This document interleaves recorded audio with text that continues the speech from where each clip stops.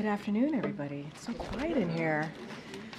Okay, I'll be really quick at the top.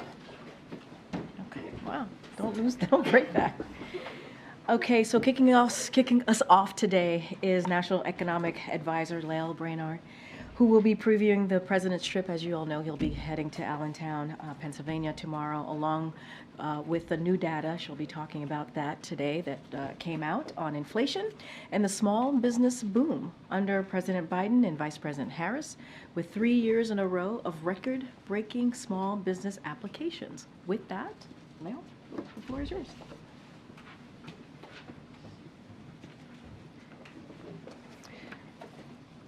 Well, good afternoon.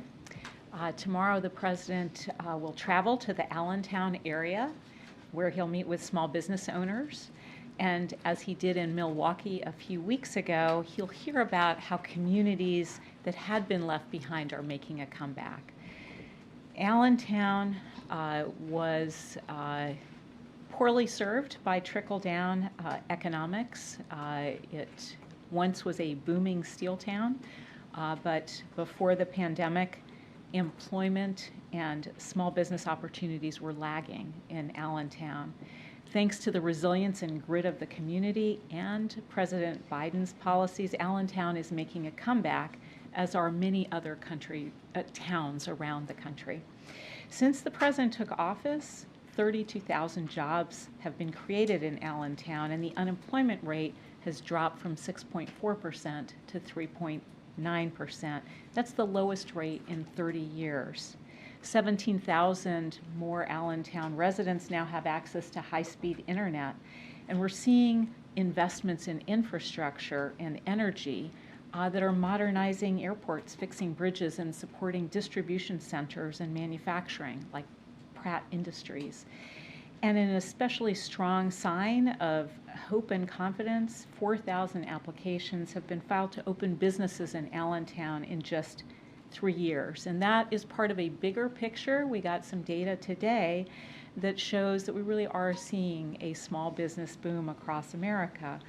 Earlier today, the data showed that 16 million business applications have been filed since the president took office, making this the strongest 3 years on record for new business applications in 20 years. In fact, each of the last 3 years has seen more business applications filed than any previous year on record. That's more applications than in all 4 years of the previous administration, as you can see on this slide. Analysis shows that those applications are translating into new business formation, and of course we know small businesses are huge job creators.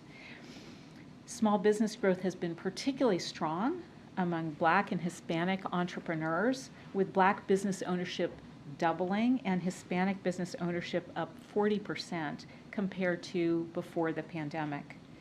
We also received encouraging news today on inflation that shows inflation is down nearly 2/3 as supply chain pressures have eased. And you can see this in this slide with the reduction in supply chain pressures over the last year being followed by reductions in inflation. The prices have come down for some key household items like eggs, milk, and toys. And of course, we've seen gas prices down. They're now below $3 in much of the country. And we are also going to continue our focus on lowering costs for American households. So the president is very focused on that. He has an agenda to lower prescription drug costs much higher here than in the rest of the world. So bringing down insulin prices, bringing down out-of-pocket costs for seniors, negotiating Medicare drug prices. And the president's also calling on corporations who increased their prices when supply chains were snarled and input costs were rising to bring those prices back down and to pass along the savings as input costs are coming down to consumers. In contrast, congressional Republicans have no plans to lower costs. Instead, they just continue pushing tax cuts for the wealthiest Americans and large corporations. So with that, I'm happy to take a few questions. Okay, all right.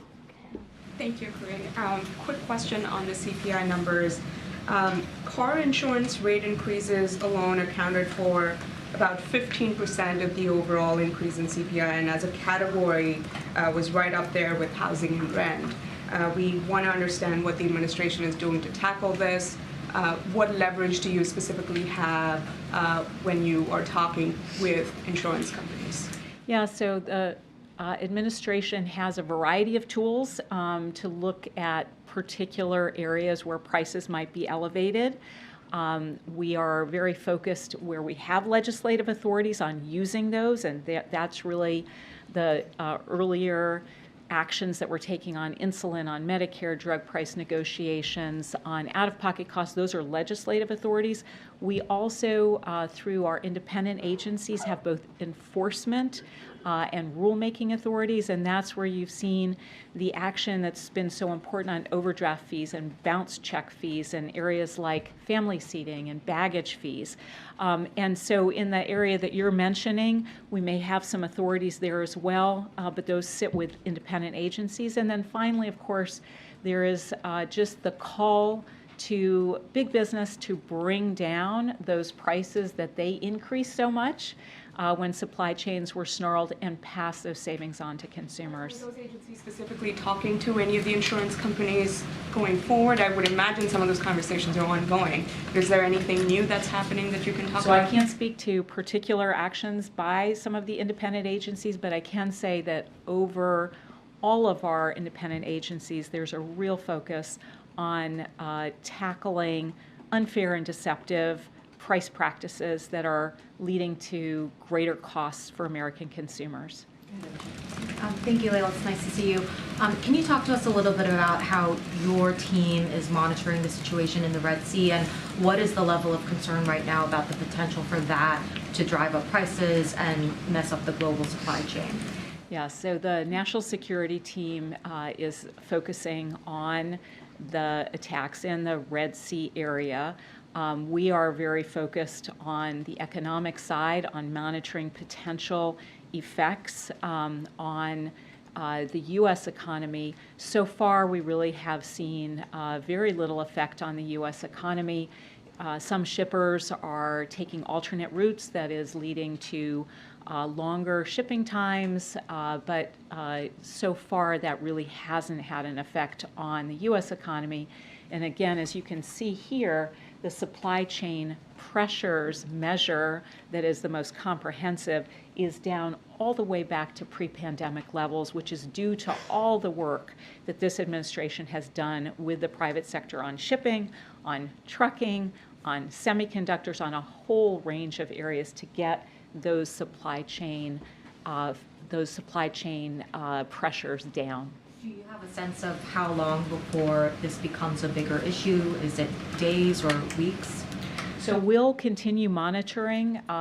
Those shipping lanes are more salient for other parts of the world, but of course we'll want to continue monitoring for any possible effects on the U.S. Thanks, Lael. Looking at the report, it looked like rent was one of the big drivers of inflation. It was up 6.2% over the course of last year. What's your analysis about why rent continues to be a driver of inflation, twice as high as average inflation?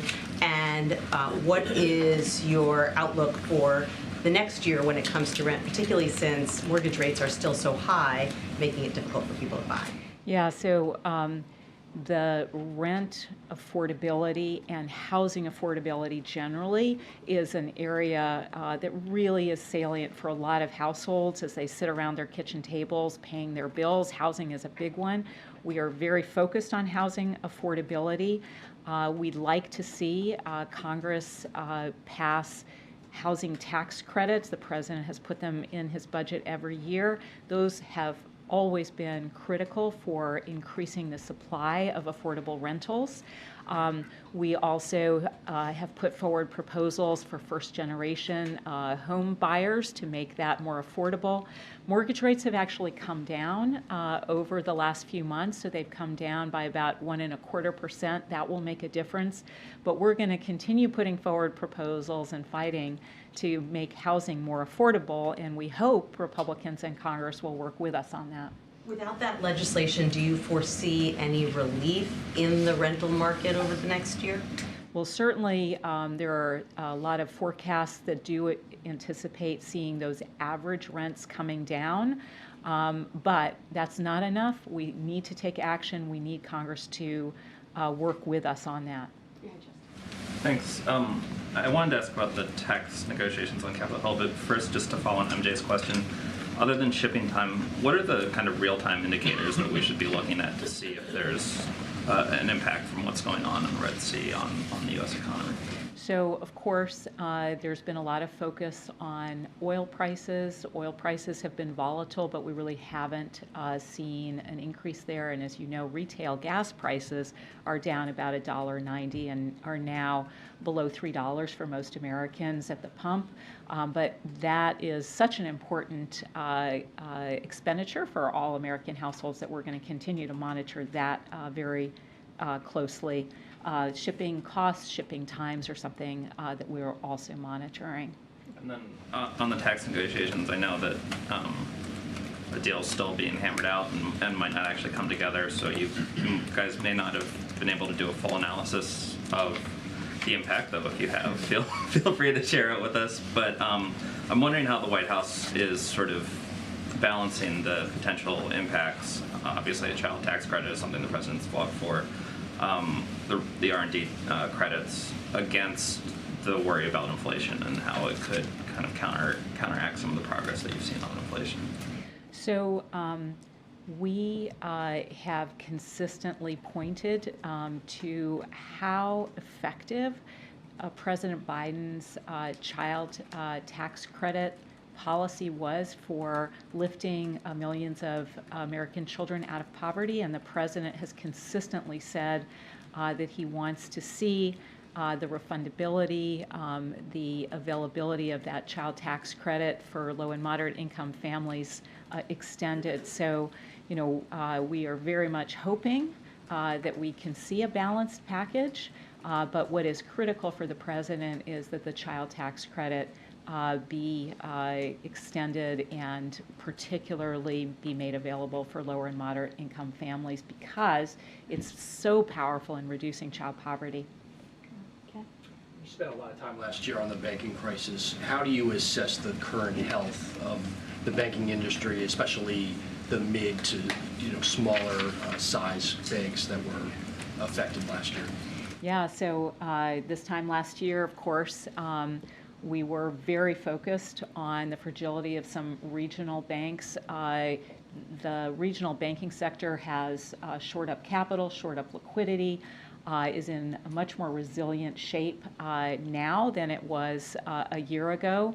And so I think most of the analysis suggests that the regional banking sector overall is much healthier. And of course, that's something that we've been monitoring very closely.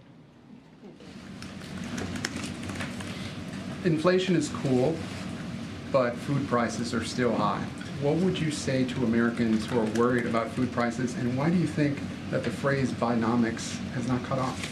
Yeah, so we are very focused on the kinds of expenditures that hardworking American families make every week. Food prices is very important. We've actually seen several categories of food prices coming down over the last year. So if you look at dairy, it's come down. If you look at fruit and vegetables, so we are very focused on grocery prices for American families, and we are actually seeing prices coming down over the year. But more generally, when we think about the incredible progress in the economy, if you look at it, employment is up. 14.3 million overall, 2.7 just the last year at a time of low unemployment. Wages are up since pre-pandemic, adjusted for inflation. Wealth for the median household is up, adjusted for inflation since pre-pandemic, and small business creation is up.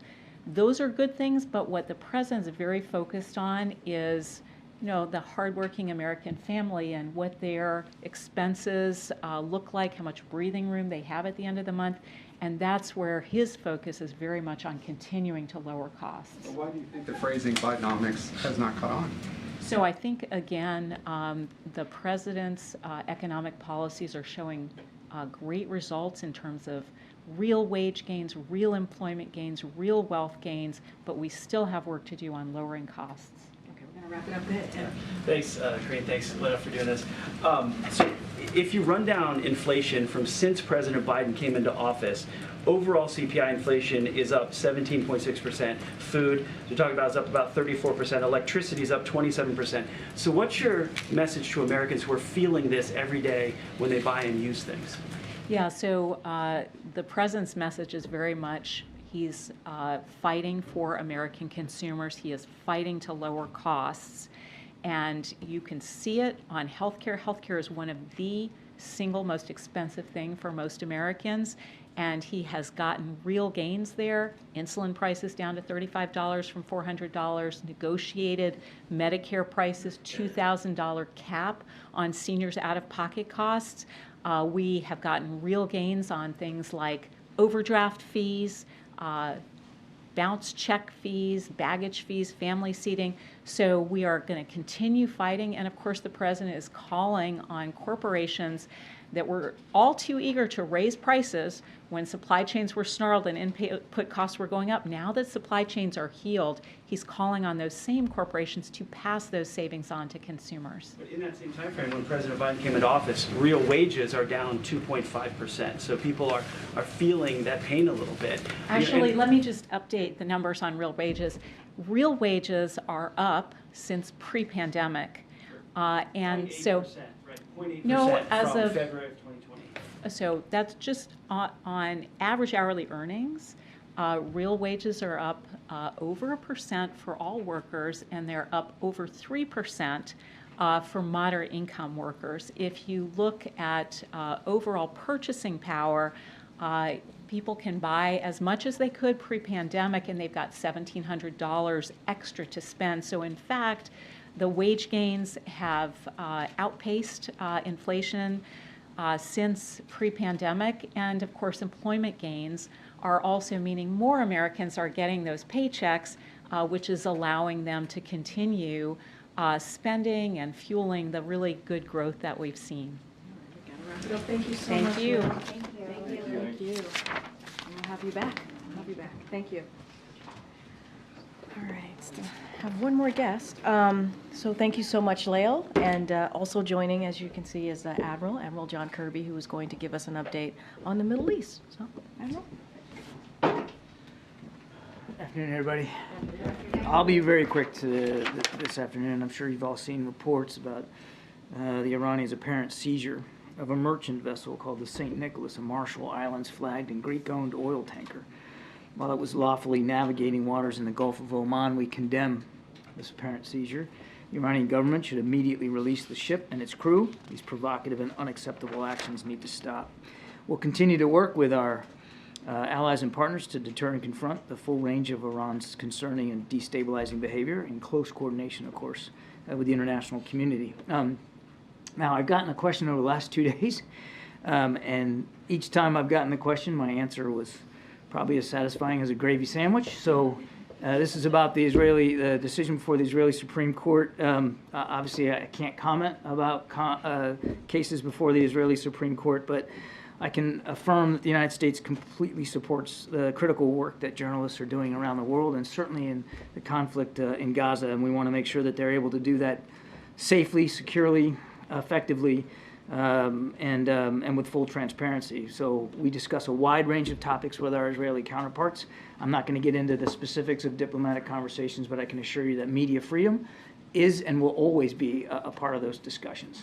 I don't know if that gravy's any more tasty than before, but that's the best I can do today. Thank you, Karine. Two questions.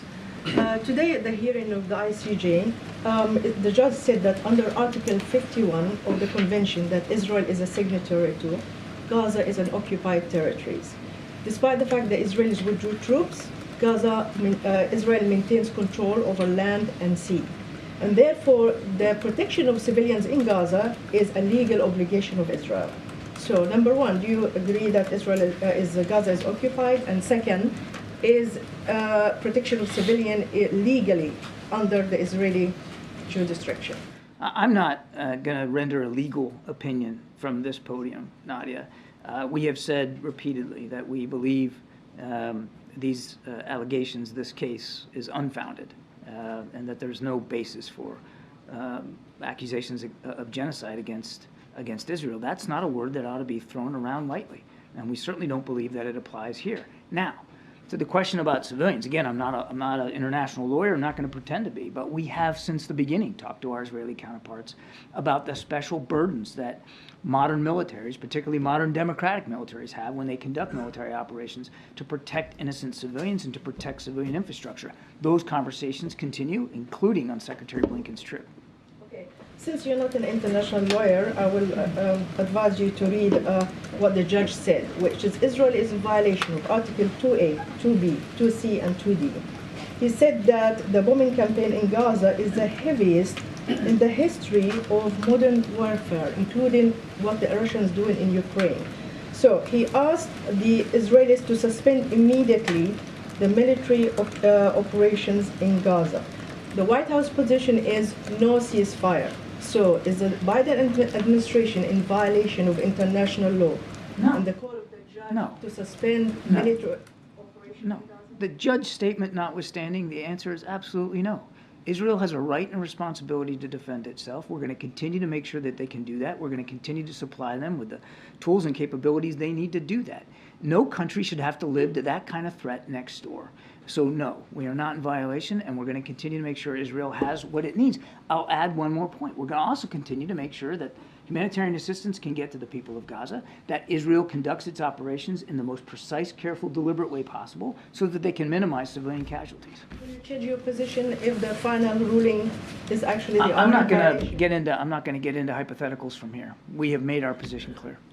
I did want to follow up on the ICJ proceedings. You obviously made the position of the U.S. clear, but will the U.S. accept the court's decisions or penalties if Israel is found by the court to have committed genocide? Again, I'm not going to get ahead of where we are in the process.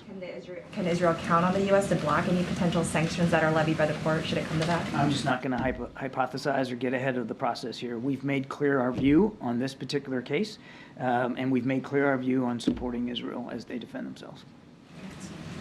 Secretary of State Antony Blinken said that the U.S. is prepared to take action against Houthi attacks in the Red Sea. He seemed to make more forceful comments about it. Just how far is the U.S. willing to go? We talked about this yesterday. I'm not going to telegraph punches one way or another here. We're going to do what we have to do to counter and defeat these threats that the Houthis keep throwing up on commercial shipping in the Red Sea.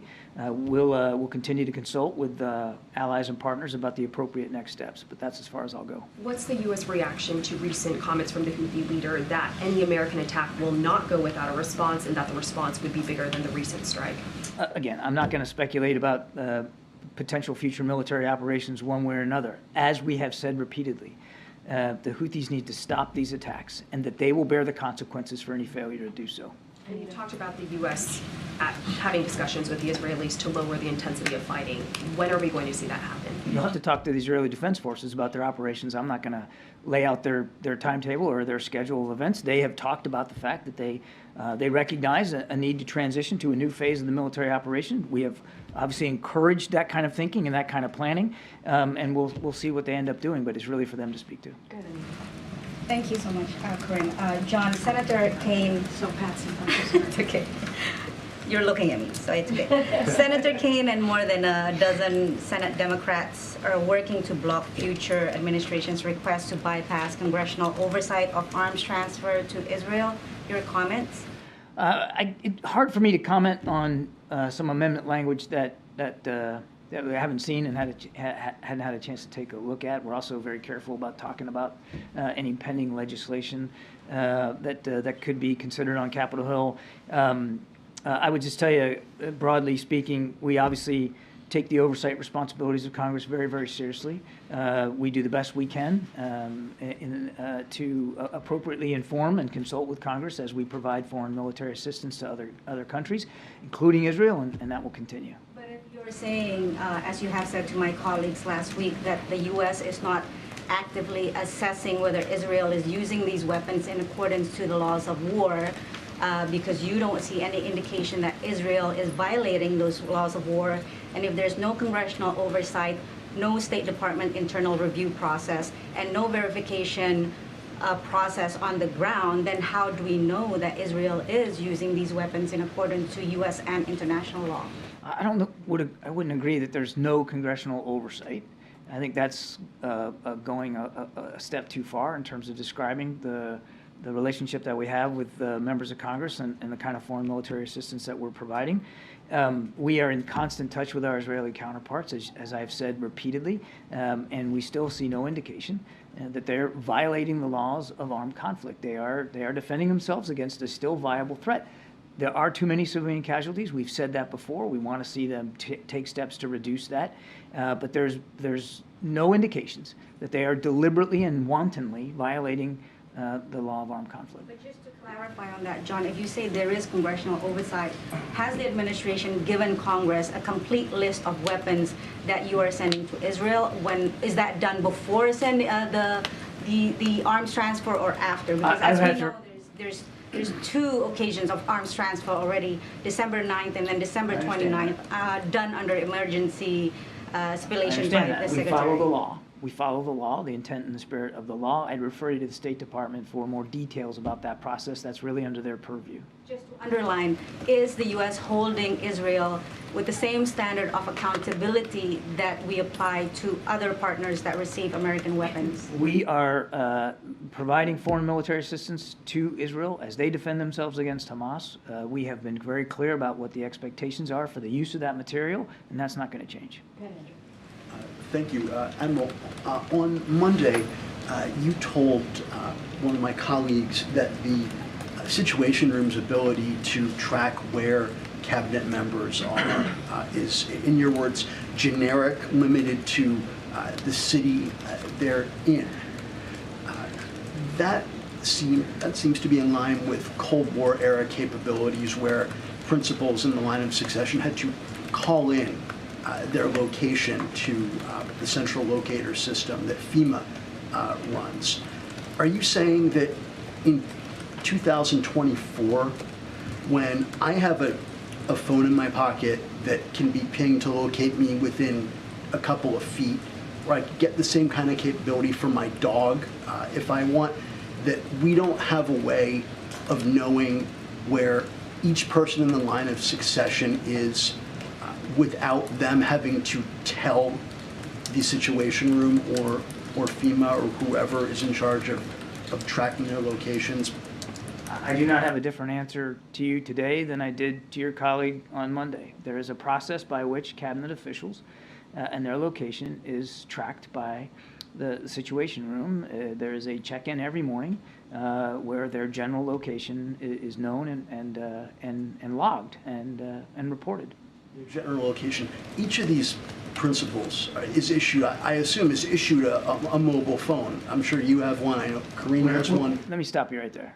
We're not going to track the GPS coordinates on somebody's mobile phone in the administration, and we're not going to plant a microchip in their neck like they're a poodle. They check in every day, and we know where they are, and I'd leave it at that. But the problem is with Secretary Austin, you didn't know where he was. You didn't know where he was for days, and you're telling me that these daily check-ins are the best that can be done at this point? We had no indication that he was outside the D.C. area. Now, it's true, we didn't know he was hospitalized, and I've said repeatedly that that's a problem.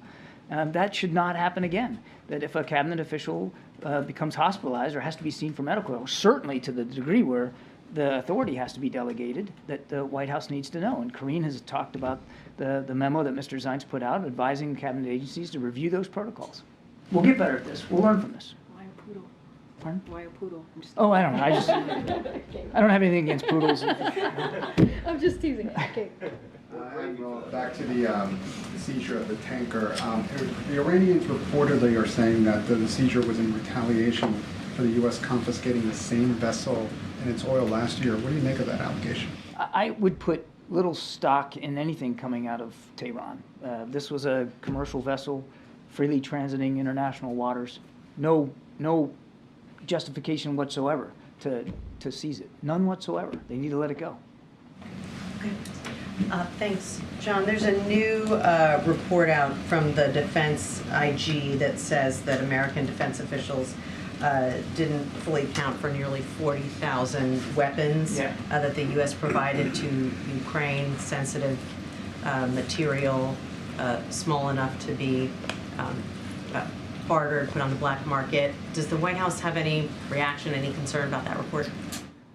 Certainly, I'd refer you to the Defense Department for a more detailed reaction, but just let me broadly say we have for many, many months now been interested in improving accountability over the end use of material that is provided to Ukraine. We have had that conversation with our Ukrainian partners, and they share our concerns about accountability. Now, we are grateful for the work that the DoD IG did. That was a significant body of work, and we appreciate that. We're going to go through this. I know DoD has already gone through this and reacted to it. I would also note that the report made clear that DoD has made some improvements, including things like handheld scanners, and tried to boost a little bit of the footprint there at the embassy to try to help with better tracking of material. The report also noted, which I think is not two insignificant things that it noted. One, that there's no evidence, the report noted, there's no evidence of any sort of wide-scale diversion or illicit diversion of any of the material that's been going on to Ukraine. And two, that it is a wartime environment, and there are real limits to our ability to count every bean, every bullet, every artillery shell. We have a small footprint at the embassy of military men and women who are working on this accountability, but we don't want to, nor should we be expected to put them in greater harm's way, closer to the front to inspect every little shipment and how it's being used. I mean, it's a combat environment. And even in combat environments, Nancy, that we run, wars we're fighting, and then we're not fighting in this war. There are real limits in actual combat when you are being shot at and attacked and shelled for you to account for everything that you're actually using. Thank you, Karine. Does President Biden share former President Trump's view that NATO took advantage of the United States and that Europe owes the United States billions of dollars? And may I ask you for a comment on former President's refusal to fully commit to NATO? And I have one more question. Wait. Before you go, let me put a fork in this one, because I'm not talking about the campaign trail, and I'm not going to talk about the former president, what he's saying on the campaign trail. I'm not going to get into that. That would be inappropriate from my perch. I would ask you to look at the record that this president has had with respect to NATO. NATO is now bigger, larger, and much more capable under President Biden's stewardship and leadership inside the alliance, and certainly in the context of Mr. Putin's war in Ukraine.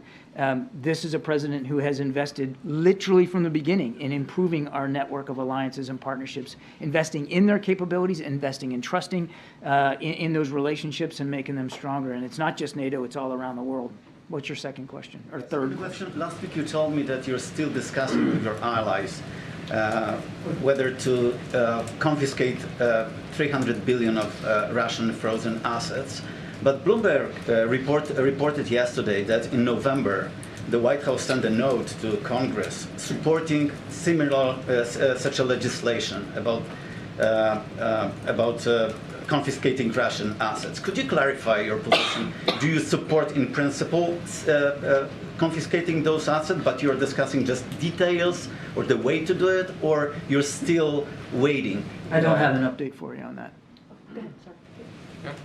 Thanks, Karine. I have a question on Argentina.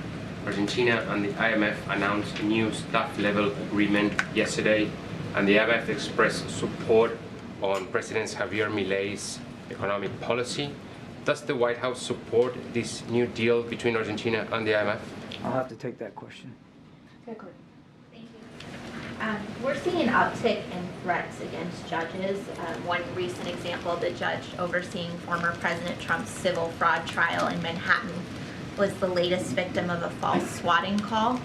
I wanted to ask what you're doing at the federal level to help local police departments deal with this increase in threats against judges. I'm afraid that's a little out of my lane. That's probably a better question put to the Justice Department. Obviously, we don't want to see anybody come under these kinds of threats and want to make sure that they can do their jobs, particularly in jurisprudence, in a safe and effective way. But I'm afraid you're out of my swim lane on that one. I'm sorry. Back to the situation in the Red Sea, I know you're moved to get into details about any potential attacks, but understanding that, are there any red lines or steps that the U.S. would not take or would not be a part of that you could outline? No. Do those red lines exist, or you just wouldn't outline them? I just don't think it's helpful, MJ, from the podium here to talk about or speculate about any potential future military options one way or another that the Commander-in-Chief is weighing or has weighed. We take seriously the responsibility to protect our ships and our sailors at sea, as well as the responsibility to protect the flow of international commerce. You talked to Lael Brennard here about how important that waterway is. It is. It's vital. And we take those responsibilities seriously. I would add that we're not the only one. Other nations are joining us in that effort. Some 20-plus nations now are involved in Operation Prosperity Guardian. These attacks need to stop. And we're going to do what we have to do to continue to protect that shipping, to protect our sailors. And just quickly on Secretary Austin, you've now had to answer many, many questions about his hospitalization and the fallout from that, including today. Do you personally think that it might be helpful for the White House if the Secretary of Defense were to take questions from reporters himself? Is that something that you think might be a useful exercise when he is better, when he's out of the hospital? I don't answer questions up here personally. I am a representative of the National Security Council and the administration. I would refer you to the Pentagon to speak to, the work they're doing to better communicate in the wake of this and to keep the press and the public informed. And I'm sure that they are learning lessons, as we all are, from what happened here, and we'll work to improve that transparency. In your professional capacity, given that your job is public facing, given that you probably are more aware and more knowledgeable about the kinds of questions that the White House is now confronting about Secretary Austin and that situation, is that something you would recommend? Again, it's not for me to recommend. This is really a question better put to leadership at the Pentagon. But, and Karine has spoken to this, the president is committed to transparency. We're all committed to being as transparent as possible on a range of issues. We endorse and are in favor of efforts to be as transparent with the American people as possible, national security implications obviously notwithstanding. Yes, Mr. Kirby, thank you, Karine. As the government of Ecuador is trying to take control of all the country jails, I wonder if the U.S. has given any advice or any aid to the president of Ecuador that has deployed the military to try to retake control of all these country jails. With the caveat that I don't have a lot of extra detail, we talked about this in at some degree yesterday. We are in touch with our Ecuadorian counterparts. Obviously, the State Department is in touch. We obviously support the needs for the Ecuadorian people to be safe and secure, and we have offered support and will continue to stay lashed up with the government there to see what it is they need. But I don't have any new updates to give you today from yesterday. The offer of support still stands. I'm not aware that they have asked for or requested anything like that, and the State Department's really a better place to go for that. Thank you so much. So Politico reports that according to U.S. officials, there is a rising risk of Hezbollah striking Americans in the Middle East or here in the United States. So is there anything you can say about that? Has the threat environment changed in that regard? I would just say that we're constantly monitoring reports coming out of the region. We're certainly monitoring as best we can reports coming out of Lebanon, and mindful of the increased tensions there at that northern border between Israel and southern Lebanon. We don't want to see the conflict escalate. We haven't seen Hezbollah take steps to do that in any meaningful way in terms of like really coming to the assistance of Hamas. And as for threats to American citizens. I'm not going to get into intelligence assessments from here. I would just tell you that we watch this very, very closely, and we will do everything we can to make sure that Americans traveling overseas have the information that they need to be safe. Thank you. I want to follow up on the ICJ. We have 22 Arab countries, including some of American allies from Jordan, Saudi Arabia, are supporting South Africa. Do you have any comments on that? Each country should speak for themselves about this particular case and what their view is. I have spoken for the United States and what our view is, and that hasn't changed. I follow up on DRC election outcome. Do you have any reaction to that? Any comments? I'm sorry, I didn't get the last part of your DRC and what? Election. Let me take that question. I wasn't prepared for that, but we'll get you an answer back. Promise. Thank you very much, Karine. This question I would like to dedicate, national security questions, I would like to dedicate to a fellow journalist who just passed away in Pakistan. He started an English newspaper 40 years ago when the city did not have even a journalism department, and he was my father. This question, and I hope you like this question, because he sent me to a Christian school here in high school and university. So then going back to Pakistan, I met many religious fanatics over there who had no idea about Christianity. Then when I came here, I saw many Christians being fanatics as well. And then I hear you talking about anti-Semitism and Muslim clerics being killed and these things growing in these recently especially. So my humble suggestion as a journalist is that as a national security advisor, don't you think it's time you create something where you can bring harmony to tell these people that look, Isis and Moses and Abraham, it's the same people that are in Islam as well. So as a student and as a journalist, I feel like from national security point of view, America right now needs one place from national security where you can tell that, listen, these were the same guys, just with different names. So this is one of my national security thing that I feel like as an international journalist, I should bring this to your notice. I appreciate that, and my condolences to you and to your family for the loss of your dad. I know how painful that can be. Look, President Biden has been very clear. Our foreign policy agenda is really driven from a foundation of human and civil rights, and certainly that includes religious freedom. And he does not, and has not, will not tolerate discrimination based on faith or any violence that's hate based in that comes from that basic core. So we stand by that. We have to wrap it up. Sir. Good. Thank you. Just a quick question on Gaza. Just given the very slow trickle of humanitarian assistance now getting into Gaza, are there any fresh concerns about a famine breaking out that you have, or is there any new assessment? We recognize that there are real food security issues in Gaza, 100%.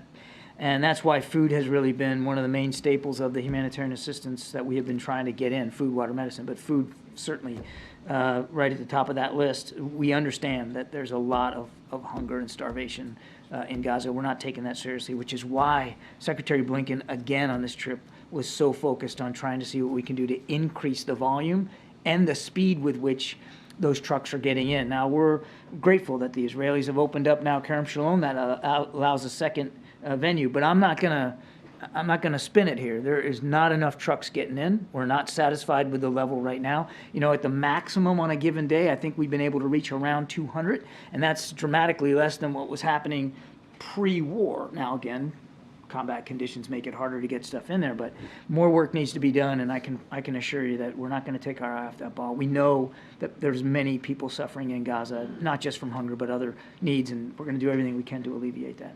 And any new updates on military assistance to Ukraine? I mean, has the well really run dry here, or what does it look like? We have issued the last drawdown package that we had funding to support, and that's why it's critical that Congress move on that national security supplemental request and we get more funding. the assistance that we provided has now ground to a halt. The attacks that the Russians are conducting are only increasing. And now, as I talked about earlier this week, they're using North Korean ballistic missiles to do their dirty work. So the need is acute right now, particularly in these winter months. John, the hostages, John, the hostages, are they any closer to being released? John? All right. I do want to say one thing to Courtney's question about federal judges under threat and any violence. Look, this is a president that's been very clear. This administration has been very clear. We condemn any form of threats or violence against any judges, against any group, against anyone. And so I just want to make that clear. That is something that we're going to be certainly steadfast on continuing to say and be very clear about that. Sungmin, you want to kick us off? Thank you. Two topics, if I may. There are reports that Speaker Johnson might renege on the top-line spending deal that he's reached with Senator Schumer. And now the Speaker has come out and said that he's made no commitments to doing so.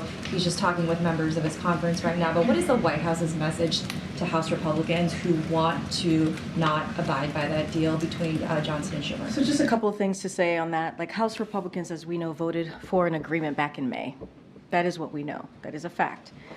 Speaker Johnson reaffirmed it on Sunday. He did it himself, his own words.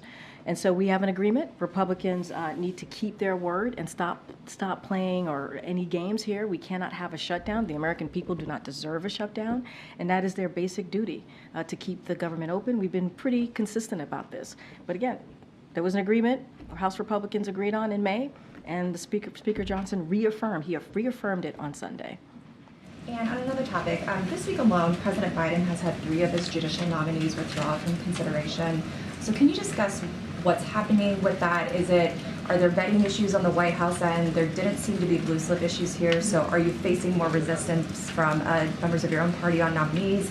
Or do these nominees just not want to go through the confirmation process? So look, I'm assuming it's a case-by-case situation. Every person has probably their own reason to not move forward on their particular specific respective nomination. So I can't speak to it in a broad stroke, obviously. But look, the president takes all these nominations very seriously. He always wants to put forth, and he has put forth, a very credible, qualified folks, especially in these, obviously in these positions, to how important they are. But I don't want to speak about it in a broad stroke, and I don't know each case, so I just want to be super, super mindful. People may have their own reason to step down from this nomination or step away from their nomination. The White House concerned that the pace of confirmations appears to be slowing, especially after the 2 sort of rapid pace years that you had for the first 2 years. Well, you said something that's really important that I want to make sure the American people know. There's been a rapid pace. We've had historic movement on our nominations, so we appreciate that. We appreciate certainly the Senate for moving in that rapid pace. Obviously, we want to get these nominations done. It is a priority. It is important to get these folks into their position. I just don't have anything to share beyond that. I don't want to get into specifics as to why folks may have stepped down or not part of the nomination process anymore. I just want to be super mindful. Selena.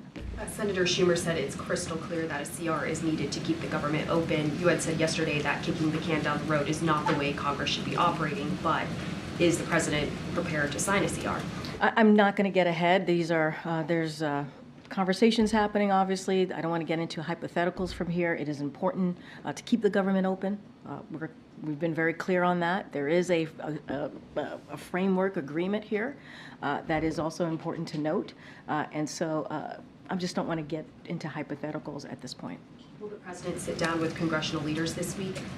Well, don't have any schedule to preview. As you know, the president spoke to Speaker Johnson yesterday on the phone, because he thought it was important to have that conversation right away, and so they had that conversation.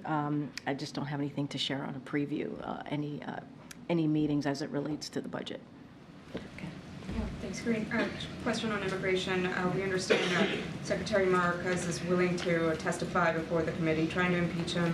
Are you worried about him having to testify alongside other possible witnesses, like families of fentanyl overdose victims? We understand there's a committee hearing planned for Jan 18th, and there are fentanyl victims' families who are likely to testify there. So look, that is for Secretary Marquez's decision for him to decide how he's going to be moving forward. We've been really clear. I mean, what we've said from here is we just don't know as it relates to these impeachment proceedings on different members, multiple cabinet members at this point, and obviously the president.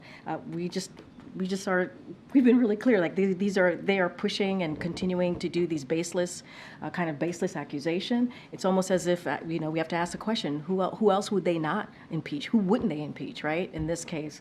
And so look, House Republicans are playing political games, they're playing political stunts, there are baseless allegations here. We've been clear about that. What we want to see, I was just asked about a CR, I was just asked about the budget. That's what House Republicans should be focused on, how we're going to continue to keep the budget going, the government open. That's what we want to talk about. That's what the Americans want to see. They want to see a continuation of bipartisan movement here from Washington, D.C. There's a supplemental that we need to move forward on. And instead of playing these political games, having these political stunts, it is really shameful and it's unfortunate. AMLO last week said he has asked the United States to give work permits to 10 million long-term Hispanic immigrants in the U.S. illegally, and also provide $20 billion in development funding in the Americas, and also lift all sanctions on Cuba and Venezuela. A lot of demands. Is the White House willing to do any of those things? And who you say was asking us? Oh, so look, we have a very robust, strong relationship with the President of Mexico, so I just want to put that out there. And we've worked well together in dealing with irregular migration and what's happening in the region. So I'm just going to not get into specifics about his ask. It's not, I will say this, it's not a transactional relationship with Mexico. It is indeed a partnership, a diplomatic conversations that we have with them. I'm just not going to get into specifics. Thank you. President Biden has not had any events at the White House in the new year, and he's been kept from public view for 3 full days now. Why? The president had a 3-day swing, went to 4 states in the new year. He went to, I should say just recently, he went to Pennsylvania, Valley Forge, where he gave a really impactful, important remarks on our democracy, protecting our democracy, on the eve ahead of January 6th. What we saw in 2011 on January 6th was an attack on our democracy, and he went out there and he spoke to the American people. It was very well received, and this is something that he's going to continue to do. He went to, obviously he was in Delaware, and then he went to South Carolina, also gave another impactful speech on our democracy and our freedoms, and then he went to Texas to honor a former Congresswoman, EBJ, who recently passed away, and he went there to pay his respect. So the president did a three-day swing. He went to 4 states. He's been out there. He's been able to talk directly to the American people, and we think that's really important. Tomorrow, he's going to be in Allentown, and you heard from Lael where he's going to talk about small businesses, how important, especially in Allentown, that's been 15 million applications in 3 years. That's a record number because it's important to see how Bidenomics is working. He's going to talk about Bidenomics, but let's not forget, if people are starting small businesses, they must have some confidence in the economy. So he's looking forward to being out there tomorrow and talking again directly to the American people. So he did a 3-day swing, but for the last 3 days, Tuesday, Wednesday, Thursday, none of his constituents have seen him doing anything. Who decided that the American people are best served by seeing less of the president? I would disagree. I wouldn't say they saw less of the president. He was out there, again, a couple of states in 3 days. I think that's important to note as well, and give the American people the full information here. And yesterday we noted this. He met with Paul Whelan's sister, Elizabeth Whelan. And this is a commitment when it comes to American hostages, bringing them home. The president has been committed to doing that. And we have brought home more than 30 people, 30 Americans who have been held hostage across the globe. And so the president's committed. He wanted to have a conversation with Elizabeth Whelan. He did that. He met with his national security team, as he does regularly. He did that. He had lunch with the vice president yesterday, important partner in everything that he's trying to get done on behalf of the American people. So the president is active. The president is doing what he needs to do to deliver for the American people, and he'll continue to do that. There's an item in Axios that President Biden was advised by the White House counsel to stop giving big dollar donors tours of the Oval Office. While he has been out of view of the public for the last 3 days, Has he given any wealthy campaign donors tours of the Oval Office? So just speaking to that particular point, those stories that were out there, so as many of your outlets have covered, it is typical for all presidents, regardless of party, to host supporters at the White House complex, which is both, as you know, his working office as well as his personal residence as well. And President Biden and his team take all of this very seriously. We take rules concerning the White House and re-election seriously, and we're proud of that. We're proud of taking those rules very seriously. I just don't have anything else to add. Okay, Karen. On that meeting the president had with Paul Whelan's sister yesterday at the White House, was there something that prompted that meeting? Is there any progress on a deal to get Paul's release? So I wish I had an announcement to share on a deal on getting home Paul Whelan, and let's not forget Evan as well. This is obviously top of mind for this administration, for National Security Council, and for the State Department to get home Americans that are being held hostage or wrongfully detained. So that is something that we are working on regularly. So the President and Elizabeth Wayne have had conversations before. She's been in regular touch with the National Security Council, Jake Sullivan, and also obviously folks at the Department of State. Don't have any catalyst for this particular meeting, but the President obviously thought it was important for them to get together and to have a conversation. He's not going to get into private, specific, agendas or what was discussed.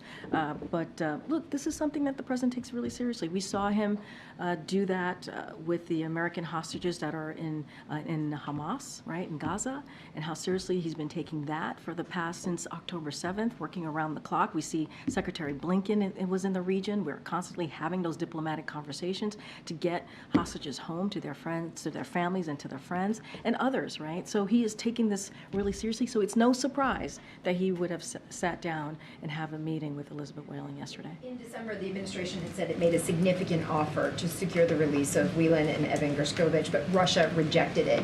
Has a new offer been made since last month? So I don't have anything else to share on what we have said most recently, but this is something that the president is a priority for the president, to bring them both home, to bring other Americans who are being held hostage or wrongfully detained home. That is something that he takes very, very seriously, and we're going to continue to work on that. Go ahead, Emily. Thanks, Karine. I wanted to follow up on some of the questions yesterday about Hunter Biden. You've said he's a private citizen, which is true, but the president is a public citizen. And what's happening on Capitol Hill is public, it's political. So can you clarify why you aren't able to speak more about the president's role in his son's defense? Emily, I really don't have anything else to add. He's a private citizen. He's not a member of the White House. He doesn't work here. I just don't have anything else to share. I would have to refer you to Hunter's representative. I don't have anything else to add to that.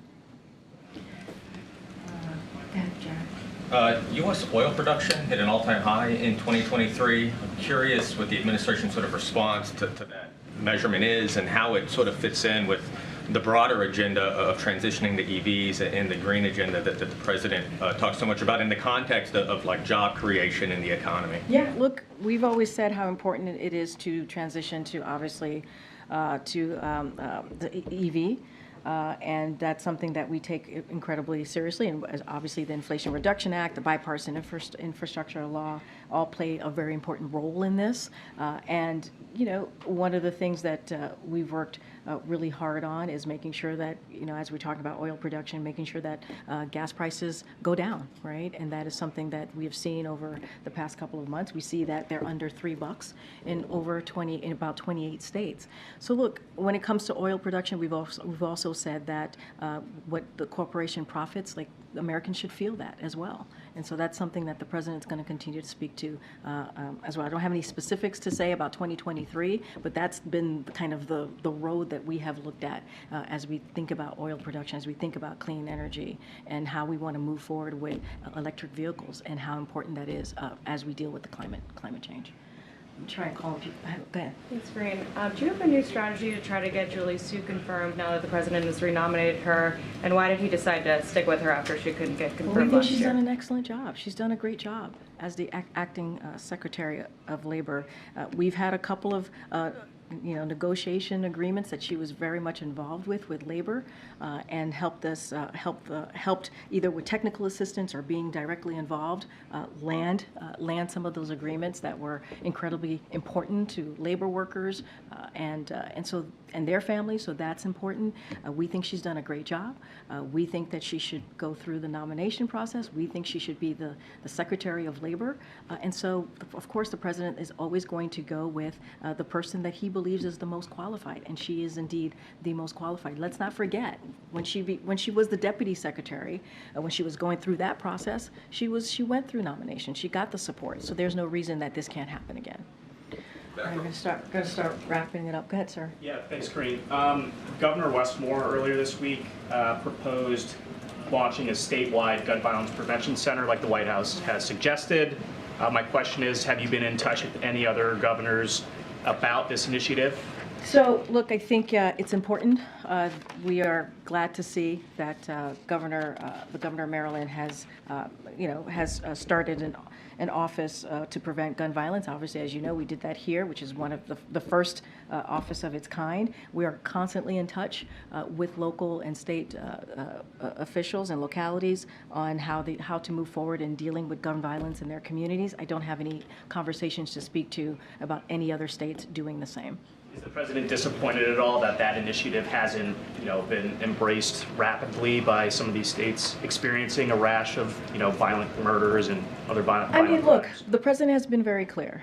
There is a gun epidemic here in this country, and he's going to do everything that he can to deal with this. That's why he took the executive actions that he has, more than 24, more than any other presidents, certainly in their first term. That's why we were able to pass this really comprehensive piece of legislation that he signed into law, obviously, that dealt with gun violence. All of these things are critical and important. We are going to work. One of the charges of the gun violence office here at the White House is to work with localities, is to work with states on how to move forward in dealing with gun violence in their community, the support that we can give them, how to implement some of the executive actions that the president has signed, certainly parts of the legislation that is obviously now law, into their communities. And so we're going to continue to work hand in hand to prevent gun violence in those communities as you just laid out what we're seeing. All right, everybody, thank you so much. We'll see you on the road tomorrow.